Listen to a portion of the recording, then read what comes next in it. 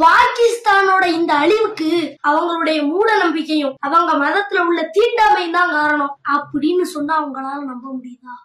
நீங்க நம்பினாலும் நம்பலனாலும் அதுதான் உண்மை. தன்னுடைய மதத்தை தவிர மற்ற மதத்தினர் எல்லாருமே ஹராம், அவங்க எல்லாருமே அழுக்கானவங்க, அவங்க எல்லாருமே காவியர்கள் அப்படின்ற அந்த மாபெரும் தீண்டாமை தான் அவங்களுடைய பேரழிவுக்கு காரணம். எங்களுடைய மார்க்கத்துல ஜாதி இல்ல, மதம் இல்ல, ஏற்றத்தாழ்வு இல்ல அப்படின்னு சொல்லுதவங்க எதுக்கு முதல்ல மனுஷனாவே இல்ல?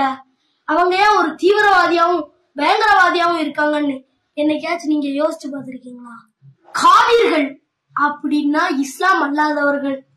குர்ஆன் 2.191 சொல்லுது, காவிர்களை எங்கு கண்டாலும் செய்ய வேண்டும் அப்படின்னு சொல்லுது. குர்ஆன் 3.28 சொல்லுது, காவிர்களை நீங்கள் நண்பர்களாக வைத்திருக்க கூடாது.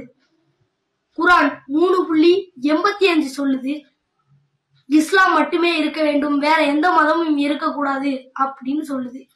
ஏக இறைவன் யாரையும் ஹராமா பார்க்க சொல்ல மாட்டாரு. ஒரு தீவிரமான உண்மையான கடவுள் பக்தி உள்ளவன் எப்போது எந்த சூழலையும் யாரையும் ஹராமா பார்க்க மாட்டான். இதுக்கு உதாரணம் எங்க இந்தியா முஸ்லிம்கள் தான். எங்க கூட உடன் பிறக்காத சகோதரர்களா, எங்களுடைய நண்பர்களா, மாமே மச்சான்னு எங்களுக்கு மனிதத்தை மட்டுமே முன்னிலைப்படுத்துதாங்க. இதுதான் உண்மையான மார்க்கம்.